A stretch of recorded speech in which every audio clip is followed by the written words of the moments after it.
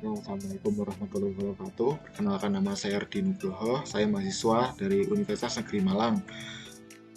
Untuk jurusannya saya ada di Teknik Mesin, program studi pendidikan Teknik Otomotif angkatan tahun 2017. Di sini saya akan melakukan sebuah penelitian yang menggunakan game ini ya. Ini game Car Mechanic Simulator. Ini bisa dimainkan di HP ataupun PC. Nah, ini saya menggunakan HP, tapi saya rekam. Nah, di sini ada menu-menunya, ada engine, change color, map, parking lot, task list, warehouse, dan part market. Nah, untuk engine-nya ini, nah ini untuk mesinnya secara keseluruhan ya, dari mulai depan sampai belakang, mulai dari depan, mulai radiator sampai belakang itu knalpot.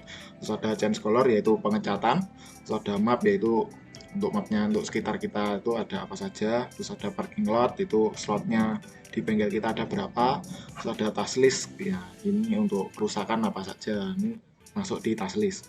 Untuk warehouse, nah ini untuk barang-barang ada yang di gudang seperti apa saja untuk komponennya. Terus ada part market ya, ini untuk belanja barang-barang baru. Nah, ini kembali ya pada menu-menu itu ada body. Nah, untuk body kembali lagi ke menu awal, masuk ke engine. Nah, ini ada di assembly yaitu pelepasan komponen. Contohnya di di absorber cap ya. Ini ditahan. Maaf, untuk alatnya saya belum tersedia. Kurang lebih seperti itu cara pelepasannya. Ini ditahan sampai hijau dulu lalu ditahan. Untuk assembly juga sama, ditahan dulu nanti langsung dipasang. Untuk show partnya seperti ini. Nah, ini show part semua ya. Ini semua sudah terlepas dari satu sama lain, sendiri-sendiri maksudnya. Nah, ini untuk map. Nah, untuk map seperti ini kita ada garasi sekitar 1 2 3 4 ada 6 seperti itu. Lalu ada parking lot. Nah, untuk parking lotnya saya masih 3 ya, masih keisi 1 juga, bisa di expand tadi. Nah, ini untuk task listnya, ini seperti ini. Kerusakannya ada yang 55%, 48%, 70%, 65%, seperti itu. Lalu ada warehouse, ini barang-barang yang ada di garasi, ada yang kondisi 100%, ada yang baru, ada yang black caliper, ini yang saya tahan ini 58% sudah tidak bisa dipakai. Lalu ada filter airbase, ini masih bisa dipakai 60%. Intinya 60% ke atas itu masih bisa dipakai. Nah, ini untuk belanjanya part market. Nah, ini ada lengkap mulai dari mesin sampai komponen kaki-kaki ada semua di sini, sampai knalpot pun juga ada. Ini ada partnya, itu ada engine, chassis, gearbox, exhaust, dan brakes. Jadi seperti itu.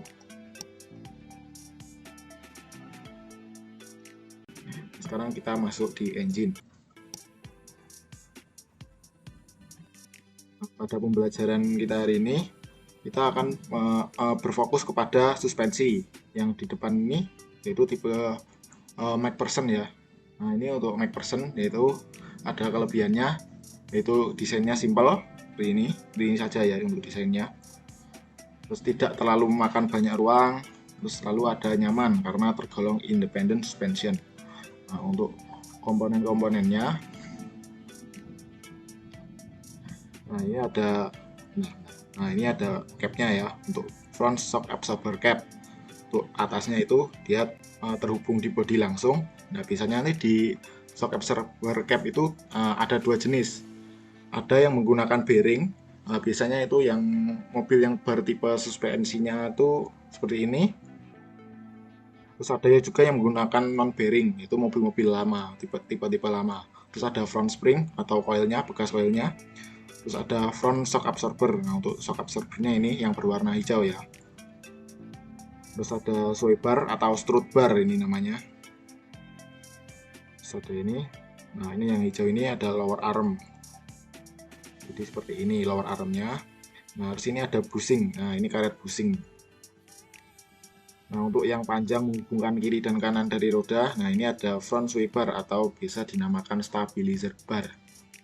Untuk konstruksinya mungkin seperti ini dan komponen-komponennya ya. Nah, ini fungsi-fungsinya.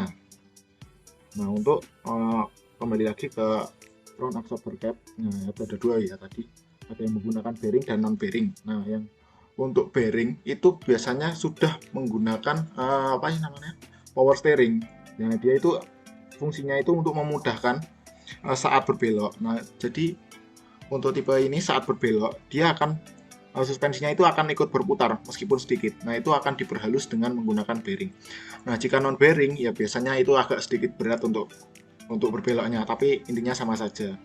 Untuk keawetannya ya jelas masih awet menggunakan yang bearing. Mohon maaf. Nah, ini yang hijau ada front spring. Nah, untuk pegasnya ini ya itu untuk memungkinkan tinggi pegas berubah-ubah sesuai dengan beban yang diterima. Nah, ini untuk tipe ini adalah pegas coil ya. Nah, coil ya begini, spring. Nah, ini ada front shock absorbernya, yaitu untuk menyerap kejutan yang dihasilkan dari efek elastisitas pegas yang diakibatkan oleh tekanan roda ke arah atas atau ke arah bawah ya. Nah, ini biasanya elastis. Nah, ini untuk mencegah goncangan hebat yang ada di kendaraan. Biasanya setelah mengalami keronjalan atau melewati polisi tidur secara cepat. Nah, ini ditahan pakai ini tadi front shock absorber. Nah, ini untuk strut barnya. Benar. Nah, ini strut bar ya berfungsi untuk menghubungkan ujung stabilizer bar. Nah, ujungnya tadi maaf saya tunjukkan dulu.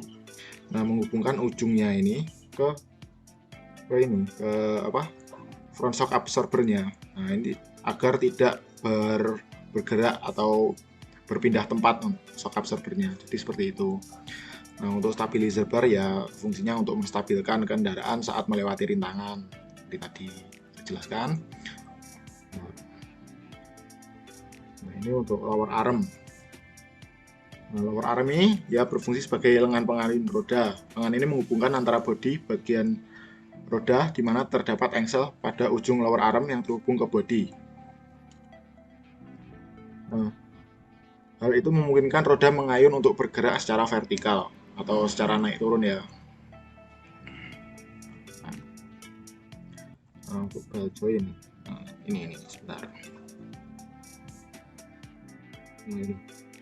Untuk penghubungnya di cakram sama lower arm itu ada namanya ball joint, yaitu berfungsi untuk engsel ya, itu bisa bergerak secara 360 derajat atau berputar dan memungkinkan roda untuk bergerak ke mana saja, ke arah mana saja.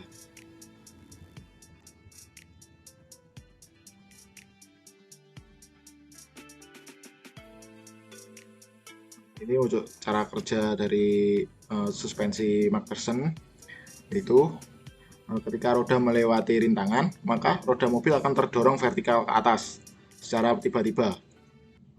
Nah, di sini lower arm akan mengayunkan roda mobil secara vertikal sehingga bodi tidak ikutan bergerak ke atas. Di sisi lain, satu unit shock absorber dan pegas coil akan menahan gaya vertikal roda. Namun karena unit ini memiliki daya elastisitas, maka gerakan vertikal tersebut justru akan memendekkan panjang shock absorber. Nah, di sini proses penyerapan getaran terjadi. Jadi seperti itu ya. Untuk gerakan-gerakan yang sering terjadi pada kendaraan, itu yang pertama ada pitching. Itu gerakan mobil pada saat menanjak. Nah, untuk menanjak kan biasanya yang depan itu bergerak naik dan yang belakang itu bergerak turun atau sebaliknya. Nah, itu yang dinamakan gerakan pitching. Untuk rolling yaitu gerakan mengayun ke samping. Mengayun ke samping ini terjadi seperti saat ngepot atau drift. Nah, untuk bouncing yaitu gerakan ke atas atau bawah, dalam artian itu mobilnya itu memantul. Nah, seperti tiba-tiba turun, dia kan agak sedikit memantul lalu kembali ke atas lagi. Nah, berikut untuk cara perawatannya. Nah, ini yang sering terjadi ya untuk masalah sehari-hari. Itu pertama, sering-sering bersihkan komponen suspensi, yaitu semua komponen terutama di bagian suspensi itu harus dibersihkan. Termasuk di dalam ini. Benar. Di dalam front shock absorbernya, di dalam coilnya itu ya itu sering tidak dibersihkan dan akhirnya menimbulkan seperti baret di dalam shock absorber. Nah, akhirnya cocknya itu bocor. Terus lakukan sporing balancing setiap 10.000 km sekali. Nah, tujuannya yaitu untuk tadi agar ban mobil tidak aus, suspensi tetap awet, Lalu tekanan ban juga harus dijaga. Nah, jika terlalu keras ya itu tadi bisa tidak nyaman saat mengendarai. Lalu jangan parkir di tempat yang tidak rata. Mungkin itu saja yang bisa saya sampaikan. Lebih seperti itu. Sekian. Wassalamualaikum warahmatullahi wabarakatuh.